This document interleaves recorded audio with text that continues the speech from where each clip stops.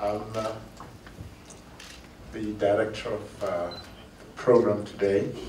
Thank you very much for those kind introductory words, and thanks for shortening it. I always find it feels like somebody's reading your obituary each time they read your CV. So thanks for keeping it short.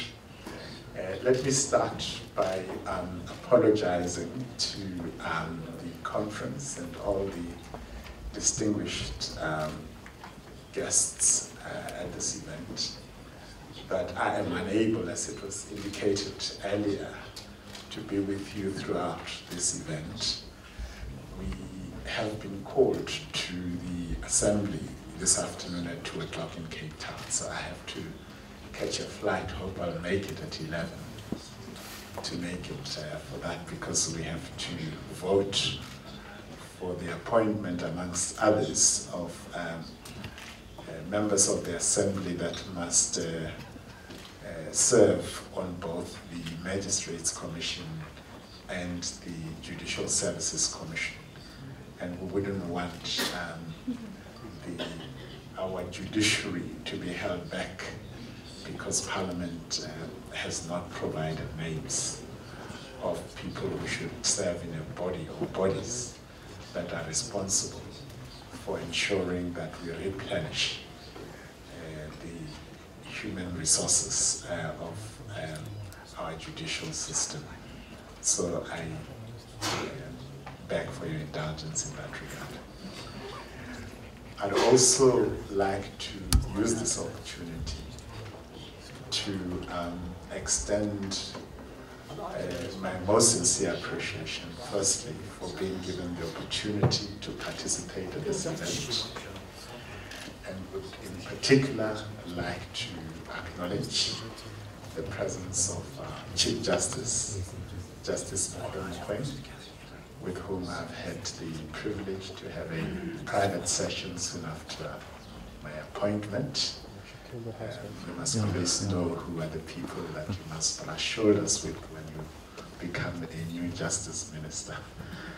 And of course, use this opportunity to acknowledge colleagues from the different countries, Niger, Eritrea, Somaliland, Ethiopia. Please forgive me, I will not be able to list all the countries who are represented here by different levels of authority in the justice field, from ministers to chief justices, attorneys general, etc. You are most welcome, and thank you very much for blessing this occasion. And of course, we would want to particularly express our most sincere appreciation to Justice Mlambo for steering this ship in South Africa, the Legal Aid South Africa, which has distinguished itself in many ways, in particular by ensuring that our people in South Africa have access to justice, regardless of their socioeconomic status. Well done, Judge, or shall I say, Judge President. But I would particularly like to acknowledge that institution for maintaining a clean audit record for the last 11 years. And this I single out in particular because of my last stint in the assembly before I was invited to serve on the executive about a year ago.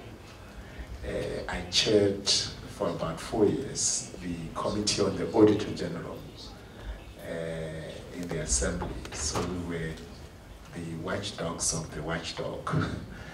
The Auditor General audits the whole of government, if not the public sector. And we, as a committee, saw ourselves in supporting his work to be the champions in promoting keen audits in government. And to have in our portfolio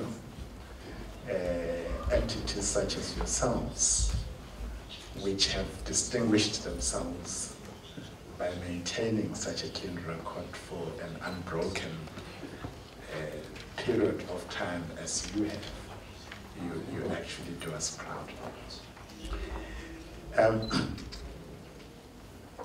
Our constitution is premised on certain values and principles. Many of these principles are outlined in a part of that constitution that's referred to as the Bill of Rights. And the right to legal representation, especially of accused persons appearing before courts, has been specifically dealt with and emphasized. To make that right a reality, the state is enjoined to make all the necessary institutional arrangements and provide the necessary resources so as to ensure that every person gets a fair trial, by, amongst other things, ensuring that despite the economic situation, as I said, have access to legal representation. And this is a critical value that underpins one of our fundamental rights in our Constitution. And that is the right of access to justice. So the discussion that you're going to be engaged in the next few days is not a small matter. And therefore, the trouble you have taken to come together to share ideas and experiences from different parts of the world, to reflect on the state of human rights more broadly in the world, but in particular as relates access to justice, is not only a laudable one, but a very necessary one. We read every day in the media of many instances of human rights abuses, be it perpetrated by state apparatus in different parts of the world, or instances where it appears that the state is not able to respond effectively to the rescue of those that fall victim to human rights abuses. Our legal system is there for the underdog, and for those that are disadvantaged in different ways, those that are vulnerable, be they women, children, people with disabilities, and others, gay and lesbian, members of the community, etc. For them to have access to services that institutions such as Legal Aid South Africa provide is not a privilege. It's one of those fundamental support systems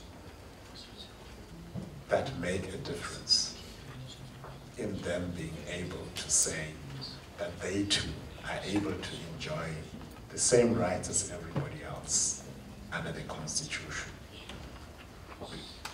I know this because, as you may be aware, I use Braille because I'm partially sighted.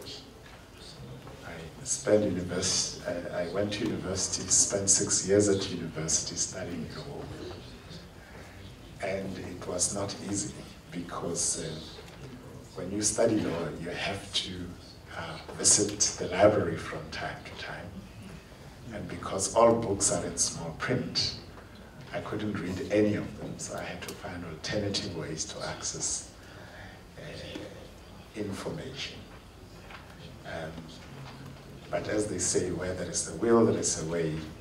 I was fortunate to complete my law studies in the 6 years minimum period without having to repeat a course. And I always encourage young people that if I was able to do it with the challenges that I had, you have absolutely no excuse to achieve anything that you aspire to achieve in life. And the point I really want to bring forward, and we've been privileged in South Africa to have a number of judges, let alone legal practitioners, who are much more blind than me, who are actually totally blind. We've just had a judge of the Constitutional Court, Zakia Cook, retire recently, who was a distinguished lawyer and later became a judge of our highest court, the Constitutional Court, an old friend of mine. And another friend of mine recently has been also appointed to the bench. Brian Mashile was also totally blind. And I hope that their appointment has not only been not disappointing, but has actually been able to demonstrate that there is absolutely no basis why visual limitation or any other disability should limit a person from being able to contribute to society to the best of their ability. Whilst I'm deviating, let me also just mention that in my last stint in the executive as Deputy Minister of Science and Technology, I had the privilege of hosting the first blind astronomer from Puerto Rico, who introduced a new method of doing science, and that is to use sound instead of vision to do data analysis in astronomy, and was able to demonstrate that you can convert light into sound and extract a lot more data than using vision to analyze the same data. But that's a talk for another day. I have thought that instead of reading out this 26-page speech that will make me miss my flight, I should rather use the opportunity to assist Justice Mlambo in welcoming you to South Africa and telling you that yes, you have arrived in the middle of our winter, although people who come from the extreme northern part of the world might find this feeling like summer, and to say enjoy our African sun. You would have enjoyed a lot more of it if you came in December, if you can take the heat. But the bit that is there, enjoy it. Enjoy the hospitality, the warmth. We have a culture we call Ubuntu, which is the way in which we express our humanity and extend our warmth and friendship, especially to our own guests. We believe that your gracing our land with your presence will help strengthen our quest as a nation to reinforce a culture of human rights.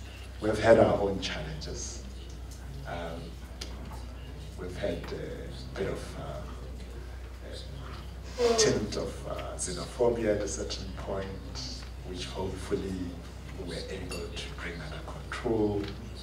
We've had challenges of women being subjected to all forms of violence and abuse, and hence we have strengthened our justice system in ensuring that there are special courts that are there to protect women, to protect children, and other vulnerable groups. I think that in your deliberations, you will not only confine yourself on issues of legal representation, but will seek to add a voice in this advocacy towards the development of a human rights culture in the world, where every citizen of the world will feel that anywhere in the world where they are treated as human like everybody else. And on those few words, I wish you well in